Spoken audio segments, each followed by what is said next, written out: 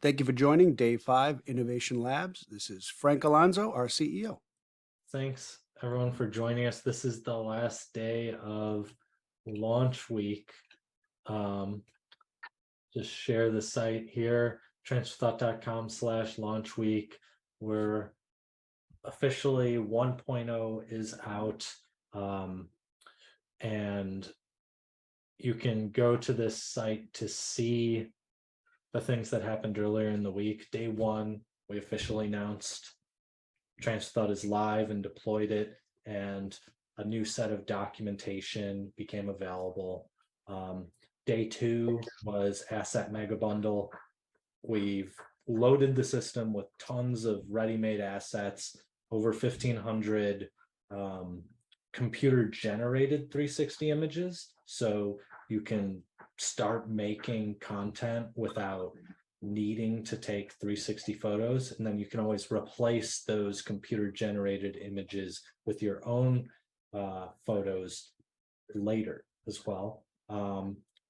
Day 3 was the simulation sandbox. We went over how you can add in different events and actions and wire up steps that are non-linear, creating things like a pick your own adventure, or even just instead of walking someone through a process, putting them in a place where they can just explore things. Yesterday, day 4 was content starter packs. We've created a place, transferthought.com/discover, that we're going to continue adding to, with Hello World apps that you can start from, as well as some pre-built content that you can click remix. It'll get cloned into your account, and so you don't have to start from scratch. You can start from something and then customize it to make it your own. So the week has really been dedicated to making it easier to build stuff. And today, get to talk about one of my favorite things, which is innovation. Today is Innovation Labs Day. We're going to talk about some of the new stuff that is on the horizon here. And so let me kick it off with, so some of this stuff is still like early, and we're eager to get feedback and just always trying to improve here. So let me see here. The first thing I wanted to show was, let me share screen. One thing we're experimenting with is adding hands when you're not in VR mode. Obviously, if you open up any application that you create in TransferThought, you will have hands, but when you're using it on a laptop or a phone, you don't have these hands in the scene. In many cases, that isn't a problem, but in certain situations, you want someone to feel embodied in the space. And there's kind of 2 little beta features here mixed into one. One is these hands in a non-VR space. The other is physics objects. Physics objects are another thing that is on the horizon. It's not released into the standard version, but it is one of those beta features that you could opt into. Another thing that we've added in TransferThought 1.0 was sound effects. Sound effects were one of those things that were missing, where we didn't feel like we should call it 1.0 until we added sound, because that adds this next level of immersion to it. but beyond looking past sound effects, something on the horizon is VFX or visual effects. So we're adding a number of shaders to create organic objects, also particles such as snow or rain to simulate different hazard environments. Particle effects could be used to create things like sparks or fire, simulating other things like electricity. But this is just another way to polish your trainings that you can create in transfer thought. Another thing I wanted to share on just a rough example is, transfer thought has always been focused on being in the first person perspective, looking through the eyes of an expert. But this demo here is we're playing with the idea of adding a third person option, where there might be situations in a training where you want someone to kind of go out of themselves and be looking at themselves, as a spectator and move around in that way. In this example, I just kind of we're a dog, kind of just because I just got a dog, so I was kind of like wanting to play around with that. But this would be another, as you're building a scenario, you could get to a point where you reach a point where, okay, now we're in third person. How do you want to navigate? Then there's a few other examples that we can talk about. One is we have in beta is AR support with QR codes. If you want to take train, like VR is for transporting someone to a location. Like if they're at home, now they can be at the facility and go and learn as if they're there. AR would be if you want the training to follow them to the facility. So we're building out AR support. That's still in the early stages. We have an experimental app for taking 360 photos on your phone. And then we will be playing with multi-user experiences in the near future as well, where multiple people could be in a transfer thought at the same time. And then one last thing that I wanted to share was also we'll be setting up, if you guys are familiar with Mixamo.com, this is a site where you can find free 3D avatars as well as a bank of animations. In this case, I've pulled up one of their free doctor models, and they have a few relevant animations here, like administering CPR. So what we're setting up in our beta branch is a pipeline where when you download one of these avatars, you can easily take it into one of your transfer thought training simulations. So that's kind of a lot of the stuff that's on the horizon.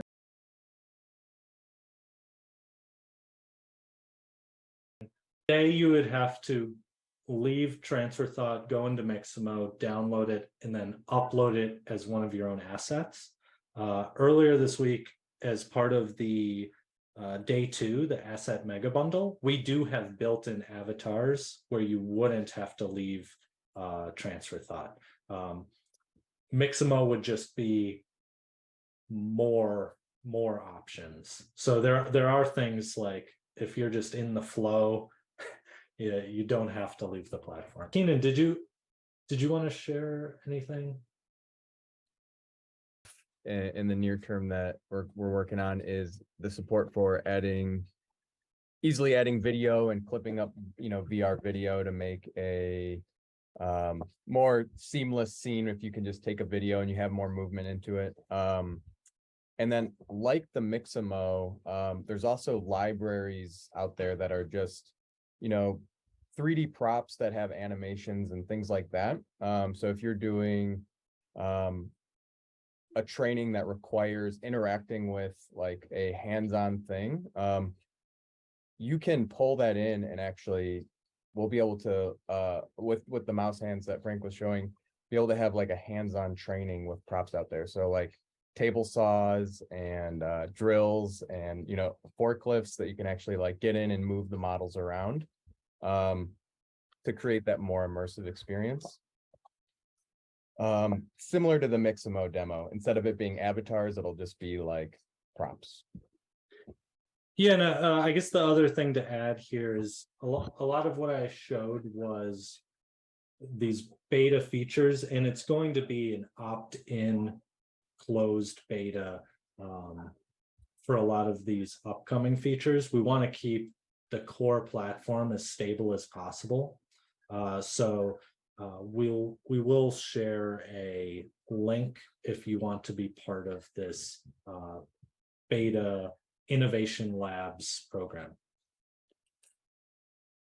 Yeah, and also to add, kind of not really like a feature or anything, but one thing that I've been thinking about VR and its application is how you could use it to supplement practice. So I think with the props and other advanced interactions, thinking about trainings that require like a lot of practice, that's something that'll be a part of like more an abstract innovation lab process, I think.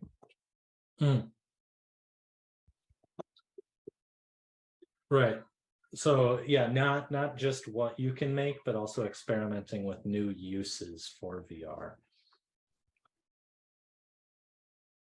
On that transthought.com/discover, there is a past practical example that you can clone where the beginning Welcome to the fire safety practical begins with kind of going through a risk assessment, and you're dropped into this hallway at Northern Illinois University. But that would be one of the things, if you remixed this, you would be able to swap out that environment for your own facility, a client facility, to make it meaningful to them. But so it starts out with, what's the class of fire? Is this a fire we would even want to put out with a fire extinguisher? But if we jump towards the end, kind of what you were talking about, let me see, I believe it's pass applied here. Now I'm doing it on the computer, but in VR, you would actually use your hands. This would be another one to explore with that, our new,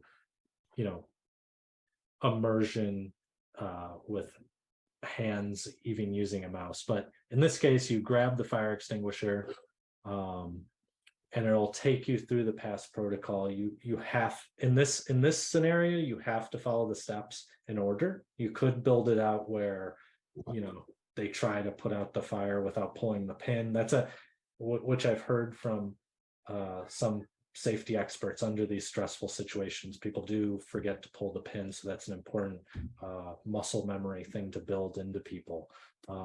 We can pull the pin. base of the fire. Use your mouse to click and drag the screen to aim your fire extinguisher at the fire. So in this case, we're going to aim at the base of the fire. In VR, we would use our hands. On a phone, we would move the phone to look at the fire. In this case, we click and drag to aim at the base of the Remember, fire. the first S is for squeeze the lever. Click on the fire extinguisher lever to squeeze it. Remember, the second S is for sweep from side to side. Use your mouse to click and drag the screen to sweep the fire extinguisher from side to side.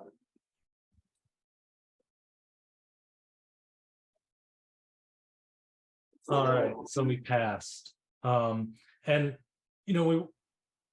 we've kind of been talking about all the new features today, but just to give you a look at how something like the fire extinguisher is made, This is the editor, the admin side of it, where you could build out this type of training. So it works similar. We've tried to lay it out so, you know, if you know how to use PowerPoint, you should be able to make VR training with, on this left bar, these are all the steps that you'll progress through linearly. Kind of a callback to day 3. We have introduced ways to create non-linear storylines in this, but each step you can write narration at the bottom that will become text to speech. You can change the voice, but that's kind of the coach guiding them through, or the trainer that would guide them through what they need to do or learn. And then we have a number of different step types, like this first one. In this fire extinguisher case, we only have one environment step, or set environment step, and that would be used to set the setting. Like, where are we? Do we want any virtual props in the scenario? In this case, a fire, and also this virtual fire extinguisher that you'll be able to grab. Then and so if we wanted to jump to a new location, we can add another set environment step later. We have title overlays, where you can have big, bold call to action, or what are we talking about at this moment. Can integrate multiple choice, and then as well as hotspots, you can place in the scene if you want someone to click somewhere in the scene. And then we also have some advanced interactions here. An advanced interaction step is where you can either write out a message. We'll receive a support request that there's something you want to happen in this scenario that the current step types don't support. In this case, this scenario was made before we had our sound effects feature. So to play a sound effect, you needed to write a little bit of code. Now you can do this without an advanced interaction. But if you did, if you have someone on your team that knows JavaScript, or if you know JavaScript yourself, you can tap into the 3D engine, and really the sky's the limit once we open it up to code. But part of our reason for adding this ability to do custom code in here is so we can see patterns of what people are doing, where there's shortcomings to the no code side of it, and fill those gaps with new step types. Like as we're talking about beta features, one thing that is on the near term is drag and drop zones, having the ability to tell someone, here, you're going to need to take this object and put it somewhere else. Right now that would require code, but in the near future, you'll be able to just choose a type that is drag and drop zones. So yeah, I just wanted to show you guys this and the fire extinguisher. Yeah, Frank, just to also add on to like, we were kind of talking about AR and the fire extinguisher one. I know something that you've mentioned before is being able to have that fire extinguisher in an AR environment. So like you could do that, like you could, instead of putting the, instead of being in the virtual environment, if you're doing like in-person training, you could put a QR code on the fire extinguisher and a QR code where you want the fire to be. And then on your phone, you would actually grab the fire extinguisher and like put the fire out in person, like in the classroom or in your warehouse or wherever. So that's another kind of down the pipeline. Once you have AR, you could take the VR trainings and put them in wherever. Yeah, to bridge the gap on that, to me, like AR and VR aren't these separate things. They're really just all on a continuum of augmenting reality. Virtual reality is where you've fully augmented reality and you've replaced everything in the scene with virtual items. Augmented reality is where you're just replacing part of it. So there's this opportunity to use the same editor to build both virtual and augmented reality training experiences.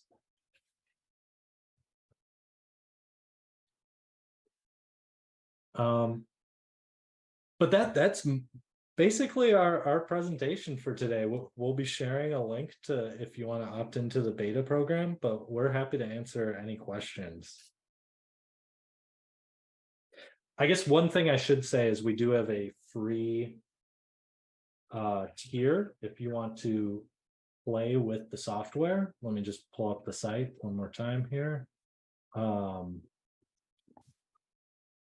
At transferthought.com, we have both a free tier and a where you can play with the software, build training content, and when you're ready to bring it into production, you can upgrade to Pro. We also offer Plus Experts plans if you want us to help you build the actual content, or if you want some of those custom features, like you have special applications that you want to do. Well, we're trying to make it as intuitive as possible. Part of the challenge, to be honest, is it's very tempting to throw lots of features into the software, and the challenge of making it intuitive is to really throw away some features and get opinionated about things that this is going to be the best way to do it. One of the choices we made early on is by default, your feet are in place when you're doing a training. We kind of tried it both ways, where you could move around like a video game, using the arrow keys and things like that. But we found that trainees, that added a learning curve. Some people that were used to video games, they had no problem moving around like a video game. Some people, they were learning the software, and we don't want the software to ever get in the way where people are learning how to use this. They should be learning what the training is trying to get across. Thank you for joining us for Day 5 Innovation Labs.